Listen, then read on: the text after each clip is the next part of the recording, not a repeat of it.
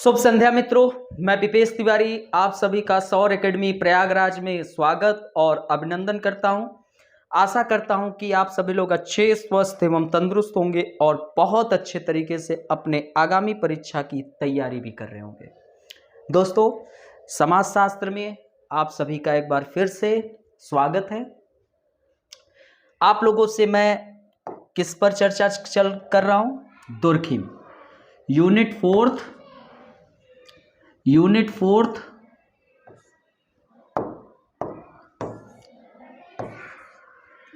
तो आप लोगों से किस पर? Unit fourth. ये आप लोगों को पता है, इसमें थिंकर दिए गए हैं जिसमें कार्ल मार्क्स एंड हो चुके हैं। आप लोग इनसे संबंधित जो भी प्रीवियस ईयर में पूछे गए प्रश्न हैं उनको वॉच करिए और वॉच करने के बाद इनको वॉच करिए और वॉच करने के बाद आंसर राइटिंग करने का प्रयास शुरू करिए। उत्तर लेखन करने का प्रयास अब आपका प्रारंभ होना चाहिए। फर्स्ट, मैक्स वेबर आपके खत्म हो चुके हैं और प्रीवियस ईयर के क्वेश्चन पेपर को देखिए और इस पर वॉच करिए, एनालिसिस करिए और आंसर राइटिंग करना प्रारंभ करिए। दुर्खिम प्रगति पर है और दुर्खिम पे आपके यूपीएससी में जो सिलेबस में दिया गया है श्रम विभाजन,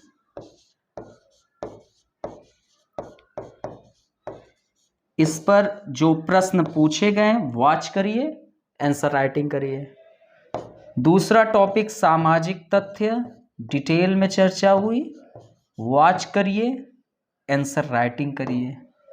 इस वक्त चल रहा है धर्म एवं समाज, इसको वॉच करिए और इस पर भी प्रश्न लिखना प्रारंभ करिए।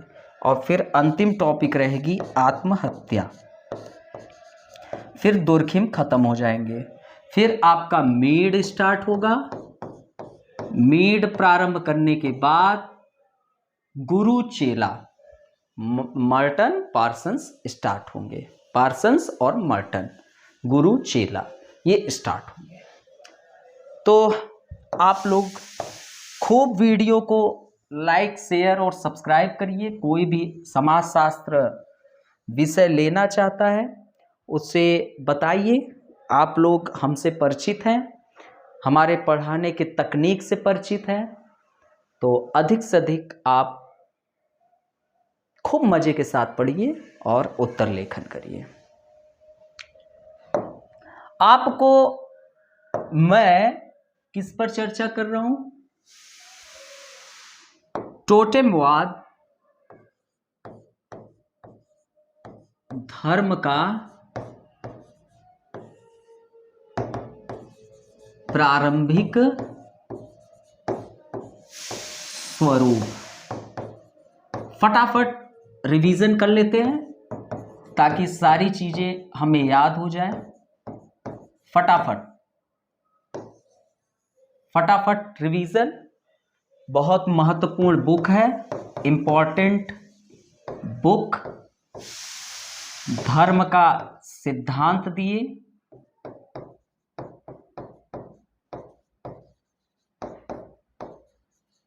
धर्म के वास्तविक स्वरूप को वो समझना चाहते थे। धर्म का वास्तविक स्वरूप समझना चाहते थे और इसको समझने के लिए इसका अध्ययन जरूरी है और इसका अध्ययन धर्म इसके सबसे साधारण प्रारूप में करना होगा। इसके सबसे साधारण प्रारूप में करना होगा। किसके? इसके सबसे साधारण प्रारूप में करना होगा। दुर्खिम से पहले कुछ और विद्वान थे जिन्होंने इस धर्म के साधारण प्रारूप में अध्ययन करना चाहे, जिसमें टाइलर और स्पेंसर थे।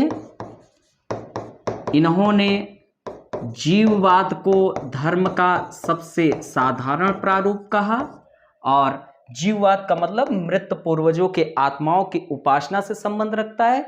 इसका दुर्खिम ने खंडन किया, क्योंकि दुर्खिम ने समाज शास्त्र को एक विज्ञान कहा और विज्ञान आत्माओं की उपासना से संबंध नहीं रखता है। फिर दुर्खिम ने मैक्स मुलर, जिन्होंने प्रकृतिवाद को धर्म का सबसे साधारण प्रारूप कहा और प्रकृति की उपासना मनुष्य प्रकृति के तांडव के डर एवं भय के कारण करता है,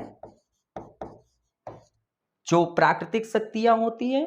और दुर्खिम ने इसका खंडन किया। उन्होंने कहा कि धर्म श्रद्धा एवं सम्मान के भाव से जुड़ा है, यह डर और भय के कारण उपासना नहीं होती है। इन दोनों का दुर्खिम ने खंडन किया।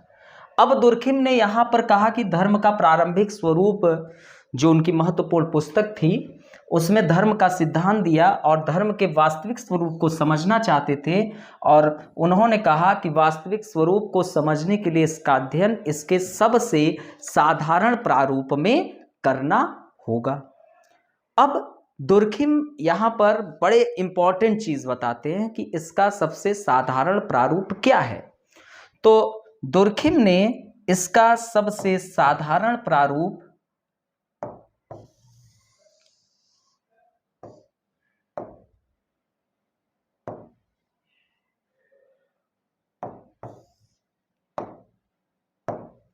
टोटेमवाद,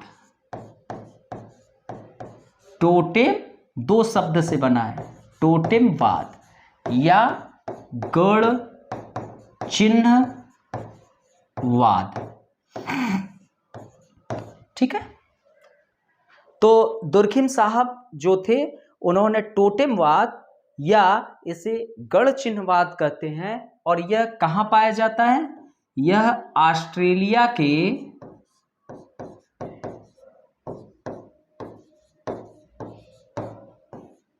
अरुंटा जनजातियों में।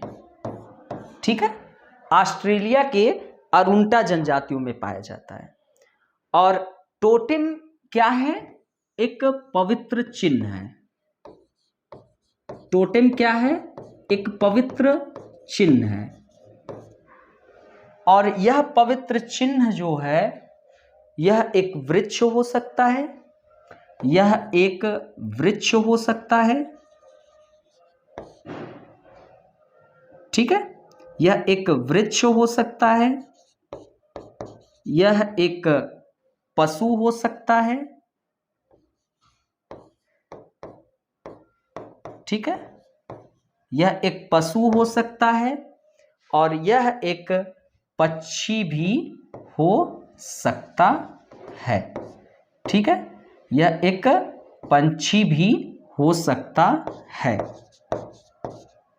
एक पंछी भी हो सकता है, प्लस यह एक झंडा भी हो सकता है, इत्यादि। कोई निर्जीव वस्तु भी हो सकता है। तो टोटेम एक पवित्र चिन्ह है। ठीक है, और इस जब पवित्र चिन्ह की जब हम उपासना करते हैं, जब इस पवित्र चिन्ह की उपासना करते हैं, तो वही आपका टोटेमवाद कहलाता है। ठीक है, इन पवित्र वस्तुओं की जब हम उपासना करते हैं तो उसी को टोटेमवाद कहा जाता है। यहां तक आप लोगों से हमारी चर्चा हो चुकी थी। ठीक है, तो दुर्खिम के अनुसार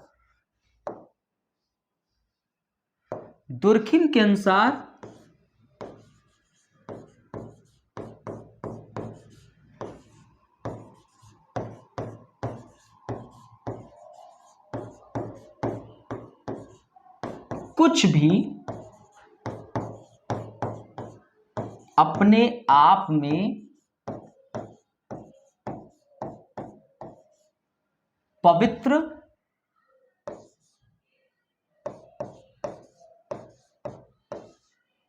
नहीं होता है। पवित्रता एक गुण है,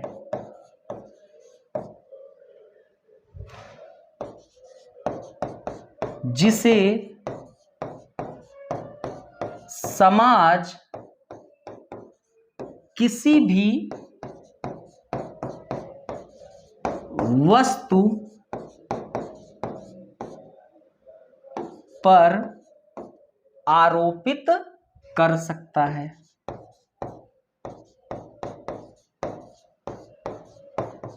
आरोपित कर सकता है, अर्थात पवित्रता किसी भी वस्तु के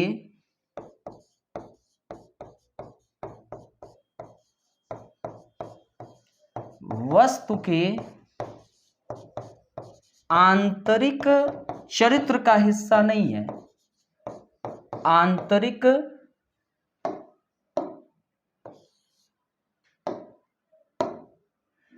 चरित्र का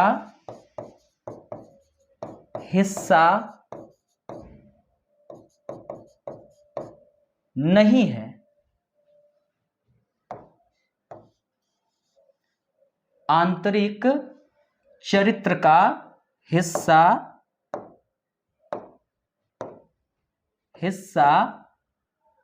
नहीं है।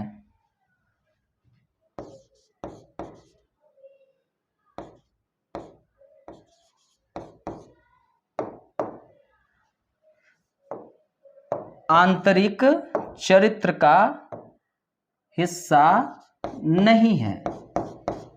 दुर्खिम के अनुसार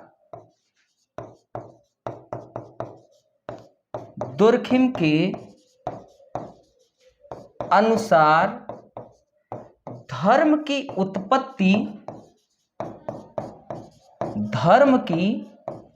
उत्पत्ति ही पवित्र एवं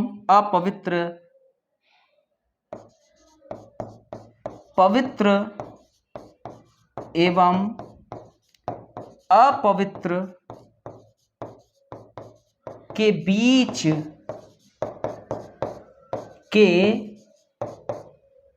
बीच उपस्थित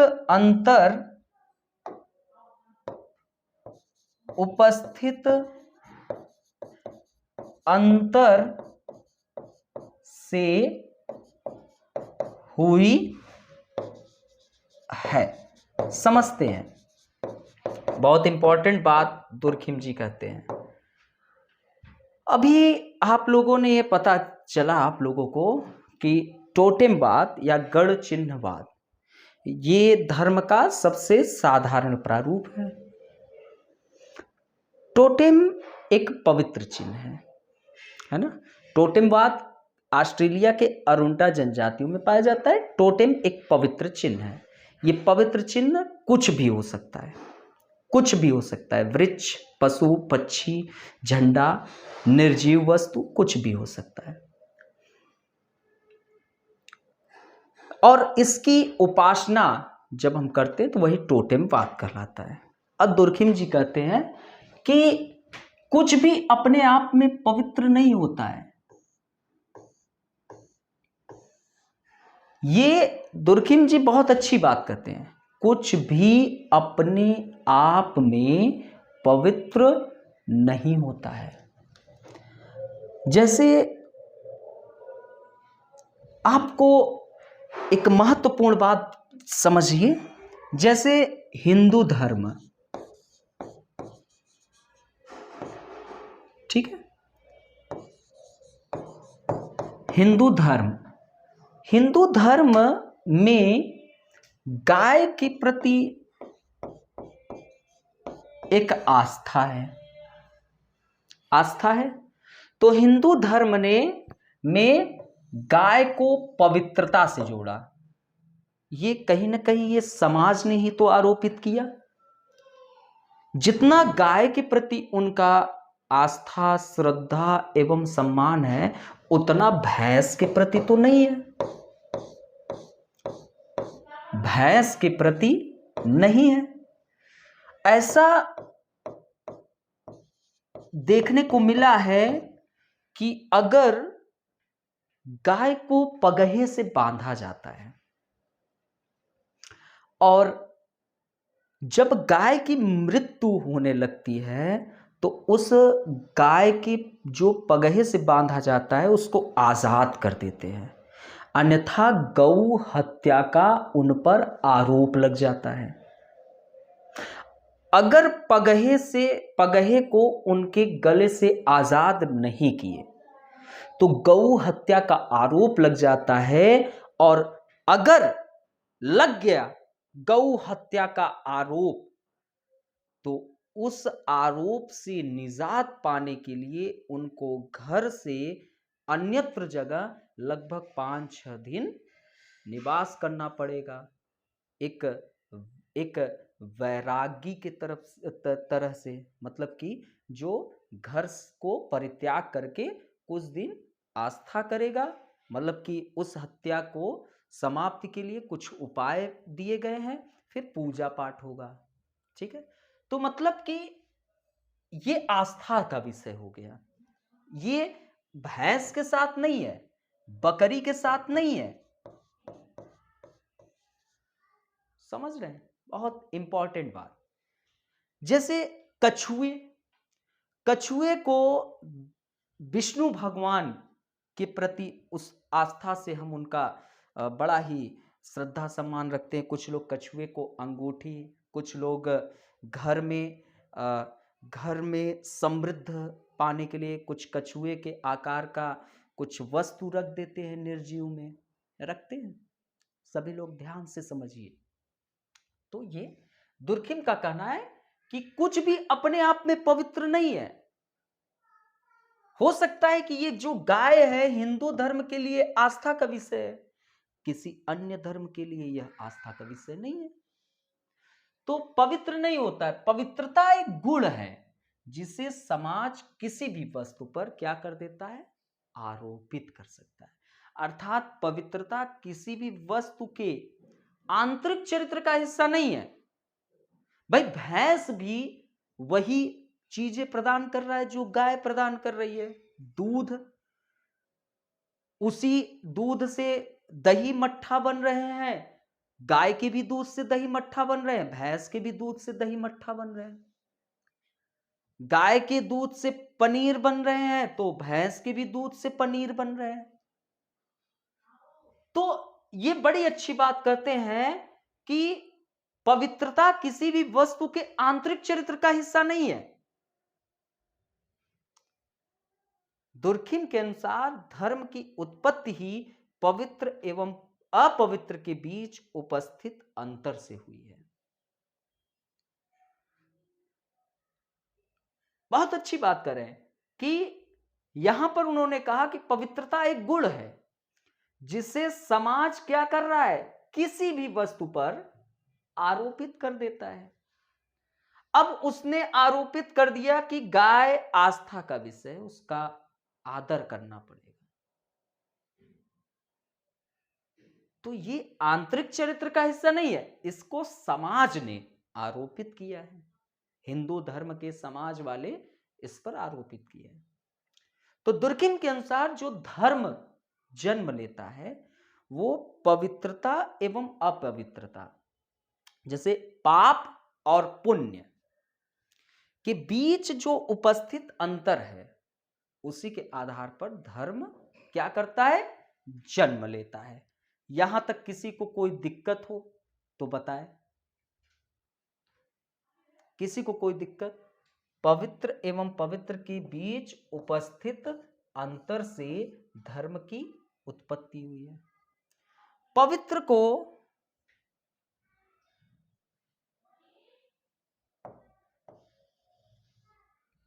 को क्या माना जाता है? पवित्र को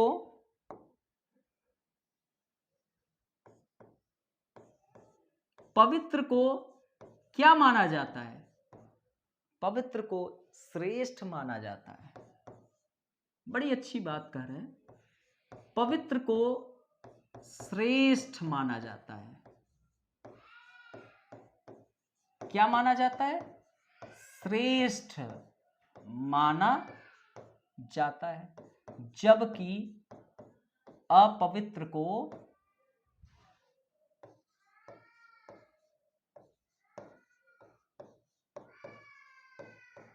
क्या माना जाता है? हीन माना जाता है। हीन माना जाता है। हमेशा रावण हमारे यहां जलाए जाते हैं, है ना, हमेशा जलाए जाते हैं। तो मतलब कि जो दुर्खिम साहब यहां पर कहते हैं, बड़ी इंपॉर्टेंट बात, कि कुछ भी अपने आप में पवित्र नहीं है, कुछ भी।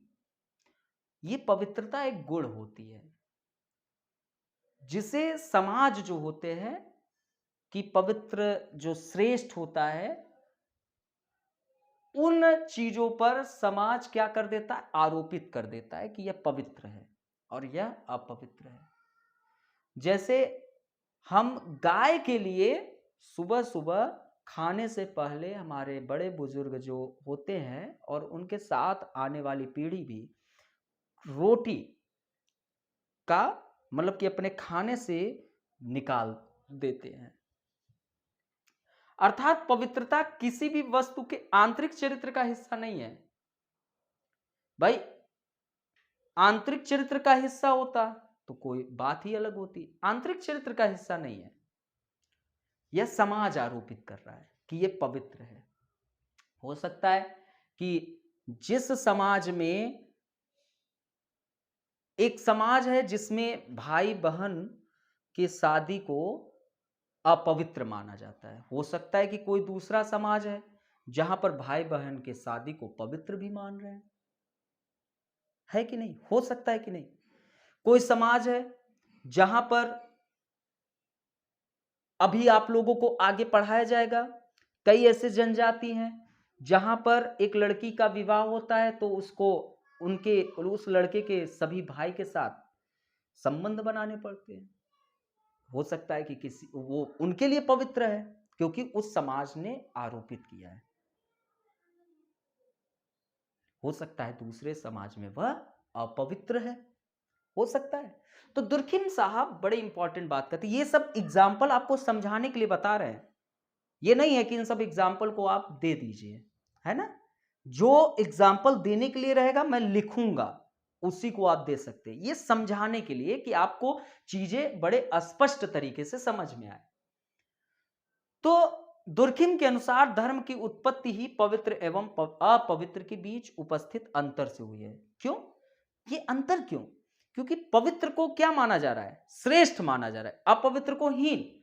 और इसी श्रेष्ठता एवं हीनता के बीच अगर श्रेष्ठ ही श्रेष्ठ होता तो कैसे हम पता करते हैं?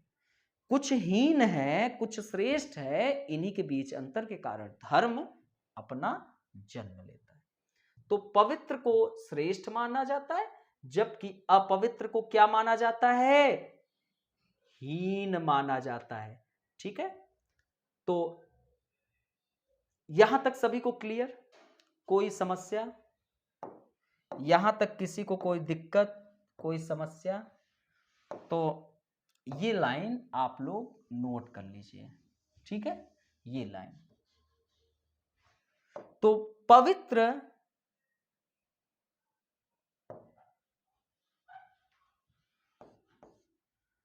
पवित्र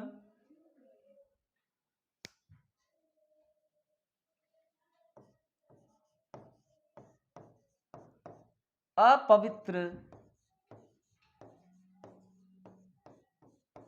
पवित्र अपवित्र से पृथक एवं परे है। हेलो, हाँ हेलो, क्लास में है, अब अभी करते हैं। हाँ कोई जरूरी बात?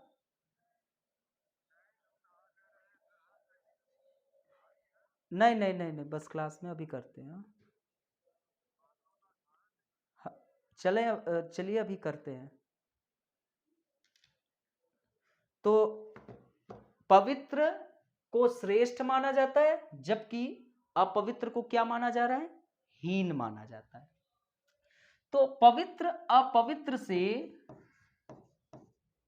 पृथक एवं परे है।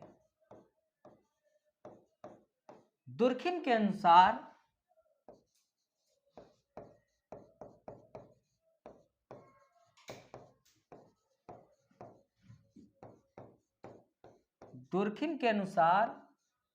पवित्र दुर्खिम के अनुसार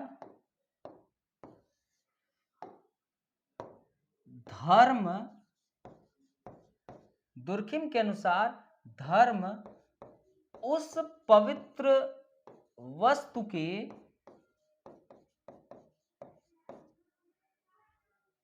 के प्रति आस्थाओं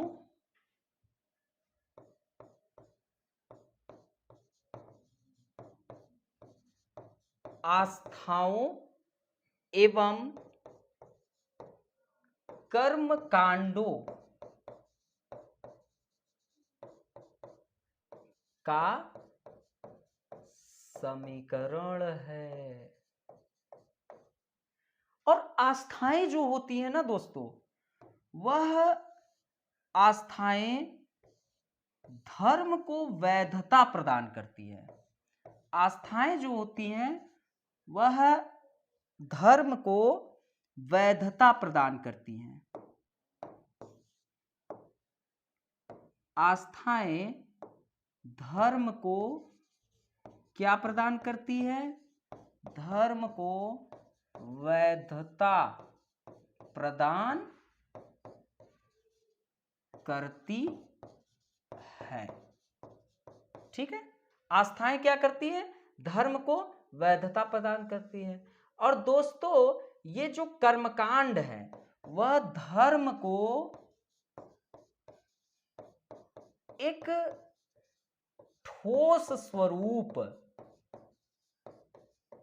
प्रदान करती है। बड़ी इंटरेस्टिंग बात कहते हैं, बहुत इंटरेस्टिंग बात है ना, बड़े रोचकता से भरे। दुर्खिम साहब ने कहा कि पवित्र को श्रेष्ठ माना जाता है। गंगा का जल पवित्र है, तालाब का जल अपवित्र है। तो ये आस्था का विषय है, श्रद्धा एवं सम्मान का विषय है। यह आंतरिक चरित्र का हिस्सा नहीं है। इसको समाज ने आरोपित किया हुआ है कि गंगा का जल पवित्र होता है। तो पवित्र को श्रेष्ठ माना गया है, अपवित्र को हीन माना जाता है। अब देखिए कि गंगा का जल कितना भी अशुद्ध हो, लेकिन उस पानी को व्यक्ति ग्रहण भी कर लेता है। तालाब के जल को वो ग्रहण नहीं कर लेगा, तालाब के जल से वह पूरे घर का शुद्धिकरण नहीं करेगा, लेकिन गंगा के जल से वह पूरे घर का शुद्धिकरण करेगा। नहाएगा भी नहीं, जल छिड़क दिया, स्नान ध्यान हो गया। तो यह आंतरिक चरित्र का हिस्सा नहीं है, समाज ने आरोपित किया हुआ है। तो पवित्र को श्रेष्ठ माना जाता है, जबकि अपवित्र को क्या माना जा रहा है? हीन। तो पवित्र जो होता है वह अपवित्र से बिल्कुल अलग है, पृथक एवं परे है, दूर दूर तक संबंध नहीं है। तो दुर्खिम के अनुसार धर्म उस पवित्र वस्तु के प्रति आस्थाओं एवं कर्मकांडों का समीकरण है। गंगा के जल के प्रति हमारा क्या है? आस्था है, श्रद्धा एवं सम्मान है। तो उसने धर्म को वैधता प्रदान कर दी। और जो वहां पर कर्मकांड होता है, जैसे आप पहुंचे गंगा स्नान के लिए, तभी वहां पर पंडा होंगे। आइए आइए आइए आइए आइए आइए, जल्दी जल्दी, ये लीजिए। तब से वहां पे एक बच्ची आएगी, फूल देगी कि फूल ले लीजिए साहब, आप फूल खरीदेंगे। ये कर्मकांड है। तभी से बगल में दूध वाला आएगा, कर दीजिए अर्पण, इससे आपका घर परिवार समृद्ध से भर जाएगा। तभी से एक बाबा जी आएंगे, तुरंत एक रुद्राक्ष देंगे और कहेंगे कि लीजिए आप आस्था करिए, गंगा मैया आप पर हमेशा कृपा बनाए रखे। संगम का दर्शन करने जाएंगे तो वहां पे पहुंचते ही 3-4 नारियल आपको अर्पण करेंगे, पूरा वहां पर कर्मकांड होगा। तो कर्मकांड धर्म को एक ठोस स्वरूप प्रदान कर देता है। कर्मकांड न हो तो धर्म को ठोस स्वरूप ही नहीं मिलेगा। समझ रहे हैं, समझ रहे हैं ना? तो बड़ी अच्छी बात कहते हैं कि दुर्खिम के अनुसार धर्म उस पवित्र वस्तु के प्रति आस्थाओं एवं कर्मकांडों का समीकरण है जो धर्म को क्या प्रदान कर रहा है, वैधता प्रदान करता है। जो एग्जाम्पल दिए नोट नहीं करना है, यह समझने के लिए कि आस्थाएं जो होती हैं, जैसे टोटेमवाद, गढ़ चिन्हवाद के प्रति हमारी आस्था है, आस्था है ना, जो ऑस्ट्रेलिया के अरुंटा जनजातियों में पाया जाता है। उन्होंने टोटेम को एक पवित्र चिन्ह माना है, तो पवित्रता श्रेष्ठ है और उस श्रेष्ठता के कारण उनके धर्म को वैधता प्रदान की गई है, और जो कर्मकांड है वो उसको ठोस स्वरूप प्रदान कर दी। ठीक है। जैसे ही एक समाज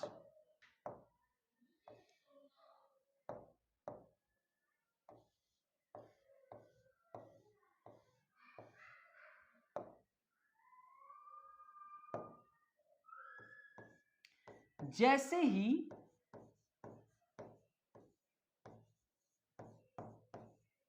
समाज पवित्र, जैसे ही समाज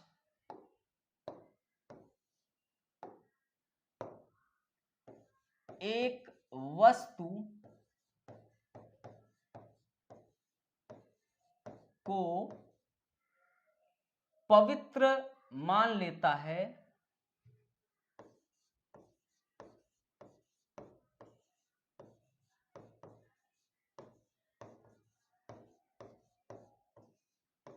मान लेता है, सदस्यों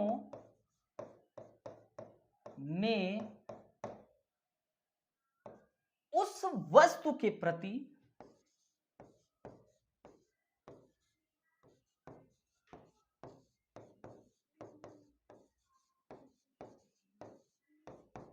श्रद्धा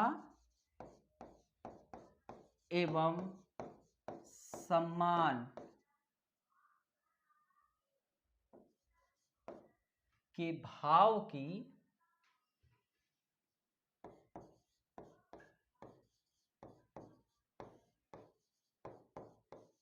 क्या करेगा, अपेक्षा करता है। बड़ी अच्छी बात, इंपॉर्टेंट बातें आप लोगों से चल रही है। ठीक है, चीजों को समझिए। अब क्या देखने को मिला कि जैसे ही समाज, ये क्या है, अब क्या है कि जैसे ही समाज एक वस्तु को क्या कर लिया है, एक वस्तु को पवित्र मान लेता है। ठीक है, अब समाज क्या कर रहा है, एक वस्तु को पवित्र मान लेता है। तो दोस्तों, सदस्यों में उस वस्तु के प्रति श्रद्धा एवं सम्मान की भाव की अपेक्षा करता है। अब एक समाज है, ये क्या है, एक सोसाइटी है। समझिए, ये क्या है, एक सोसाइटी है, समाज। इस समाज ने गंगा जल को क्या माना है, गंगा जल को पवित्र माना है, गाय को पवित्र माना है। मान लो कि ये समाज है, ये समाज है, यहां पर मुस्लिम धर्म के लोग रह रहे हैं, उनके प्रति और भी कुछ आस्थाएं हैं, उसमें उन्होंने उन चीजों को पवित्रता दी है। तो अब आप सोचो कि अब मान लो कि जैसे ये शिवलिंग है, ठीक है,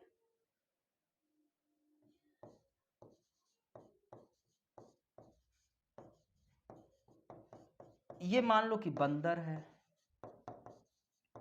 अब मान लो कोई व्यक्ति है, उसने इस बंदर को मार डाला।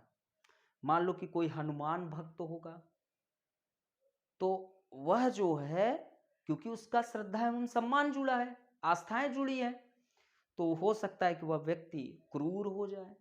गाय के प्रति आस्था है, कोई व्यक्ति मार दिया तो क्रूर हो जाए। तो जैसे ही समाज जो है एक वस्तु को क्या मान लिया है, पवित्र, श्रेष्ठ, तो उसके प्रति उसकी आस्थाएं जुड़ जाती हैं, श्रद्धा एवं सम्मान जुड़ जाता है। तो समाज जो है, समाज में कौन रहते हैं?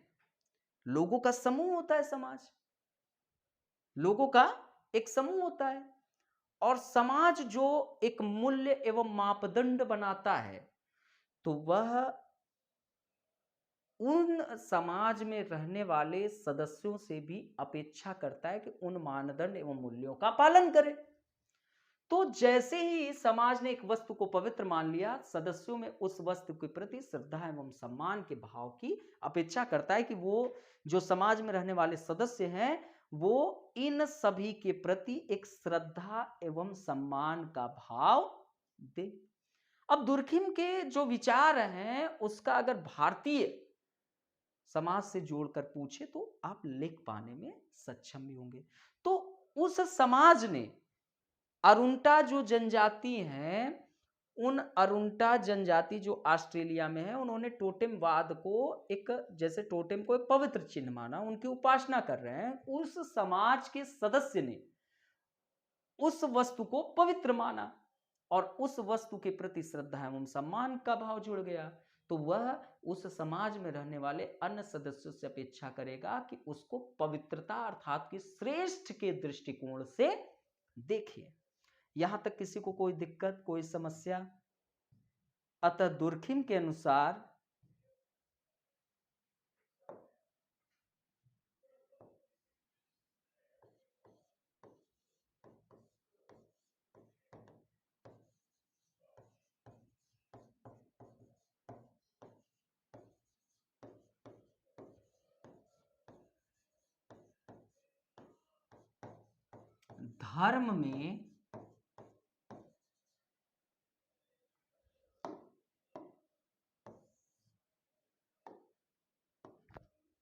धर्म में ईश्वर का होना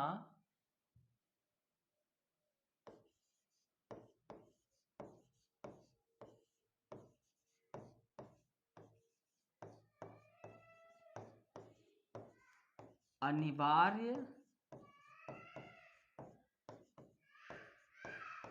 नहीं है। वह पवित्र वस्तु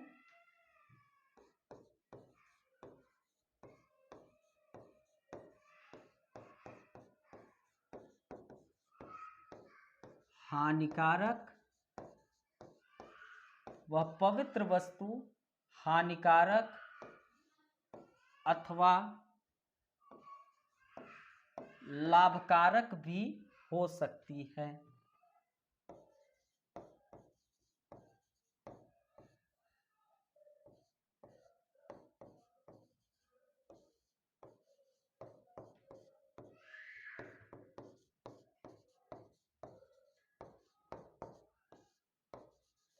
लाभकारक भी हो सकती है, परंतु उसे कभी भी कभी भी दोष नहीं दिया जाता है। बहुत अच्छी बात उन्होंने कहा दुर्खिम साहब ने। दुर्खिम का कहना है कि धर्म में ईश्वर का होना अनिवार्य नहीं है, कि धर्म में ईश्वर है। बहुत अच्छी बात करते हैं। वह पवित्र वस्तु जिस समाज ने किसी भी वस्तु पर पवित्रता के गुण को आरोपित किया है और सदस्यों से अपेक्षा भी कर रहा है कि उसको उसी पवित्रता के साथ पालन करे, तो वह पवित्र वस्तु हानिकारक भी हो सकता है, लाभकारक भी हो सकता है। यह नहीं है कि वह लाभदायक हो सकता है कि कुछ रूढ़िवादी विचारधारा जो हमारे समाज में व्याप्त है एक सामान्य बोध की परिकल्पना पर, लेकिन उसको एक पवित्रता का रूप दिया गया है। हो सकता है कि वह हानिकारक हो, है ना, हानिकारक भी हो सकता है। लेकिन हानिकारक होने के बावजूद भी क्योंकि समाज ने उस वस्तु पर पवित्रता के गुण आरोपित किया है, तो उसे कभी भी दोषारोपण नहीं दिया जाता है, बिल्कुल भी नहीं। समझ में आया? यहां तक की कहानी आप लोगों को समझ में आया? इसके आगे आपको नेक्स्ट वीडियोस में प्राप्त होंगे। यहां तक आप लोगों को चीजें क्लियर हुई कि नहीं? जल्दी से कमेंट करें। यहां तक चीजें क्लियर हुई? देखिए, हम छोटे छोटे रूप में चीजों को समझाएं ताकि आप लोगों को चीजें समझ में आ जाए। ठीक है, तो यहां तक सारी चीजें क्लियर हुई।